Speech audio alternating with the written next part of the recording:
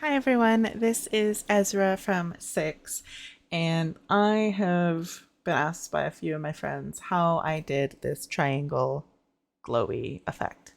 So I'm going to cover that. I'm not going to cover the smoke effect or the lighting or any of the hair. It's just this glowy neon shape. So this is what we're going to end up with, and I'm going to show you guys how to get there.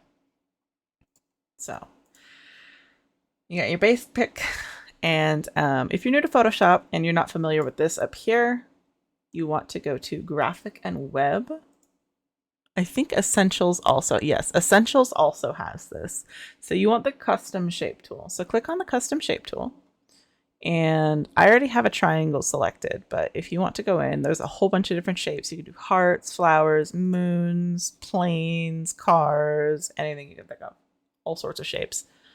So I'm just going to stick with the triangle. But before I do the triangle, I'm going to make sure that my border is going to be about 12 and a half pixels. And then the stroke is going to be the color that I want to use. I'm going to stick with this, like, I guess the bright blue that I used in this photo itself.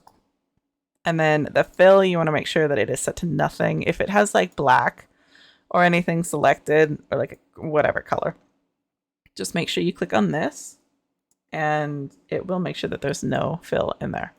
So now that we have our shape, press down Shift and then click and drag your shape out. If you don't hold down Shift, it'll warp and do weird things. But if that's what you're going for, by all means do it. I wanted something even, so if you hold down Shift, it'll lock it. So I made Shift. And I think I might want a bit bigger on the stroke. Yeah. Okay, so I then go to the move tool and we're going to plop this, I don't know, like right behind her head. Why not? Yeah, that should work. So it's right behind her head. And we're going to right click on this and then rasterize layer. And then we want to make another copy of it. So Control J, or you can right click duplicate. And then we are going to make this copy white. So if you click your paint bucket tool and then click on the thing, you'll have a yellow or a cyan one and then a white one. Okay. So we're going to hide the white one for now. We're going to go back to the colored one and we're going to make another copy of it. So now we have two of the colored version. We're going to hide that. We're going to go back to the bottom one. We're going to go to Filter, Blur, Gaussian Blur, and we're going to make it pretty blurry. Pretty blurry. It's kind of like that. And then we're going to go another layer. This was the one we duplicated. And we're going to Filter, Blur, Gaussian Blur, but not as blurry this time. So there's a bit more shape to it, kind of like that. And then you're going to bring in the white one. And then the white one, we are going to do the same thing, but we're not going to do anywhere near as blurry. So we don't want these like, oh dear. We don't want like a jagged line there, but we want a little bit. So kind of just blur it until you can kind of still see the sharpness of the white, but it's not like overly exaggerated. So something kind of like that. And that is how you get a triangle. I mean, I wish it was harder than that. That's really all it is. But I know a lot of you are like, well, now what do I do? Okay, so to hide it, kind of like we did with this one, we are going to click on all three layers and then click on the folder icon and then click on the mask icon, which is this rectangle with a little circle in it. And then you're going to come over here to the brush tool. Make sure you have a brush that has maybe medium hardness, about 50%. You can do fluffy. I find it easier to do a harder brush in this process.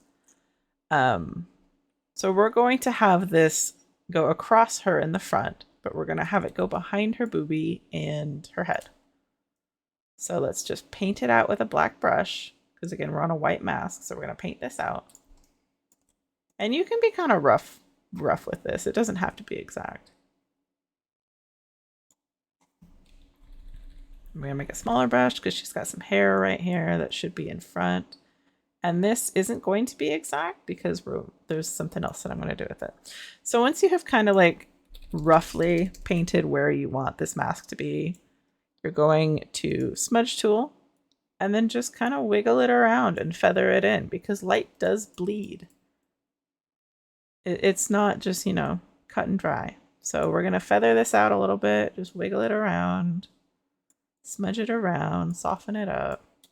And that looks all right. I would clean this up probably quite a bit more. I also did paint in hair in this situation, but that's roughly where I started. And then the same thing over here. You kind of want the light to bleed to give it a more realistic effect, but you want it to be soft so it's not too obvious. And there you have it. That is how you get a shape to wrap around your avatar. I can cover like this lighting and particle effect if you guys really want, but this is what I was going to focus on. I mean, if you want to do smoke, you need a smoky brush. So like I used clouds in this one at roughly, I want to say like 50% opacity, and I made them really big and just went like that. And they're not coming in. They're still not coming in. What is happening? Oh, I think my Photoshop is crashing. But yeah, so that's how you do it. So if you guys want to know anything else, just let me know and I will try to make a video to help you. It was a pleasure teaching you guys this, and I look forward to seeing what you guys can create with this technique.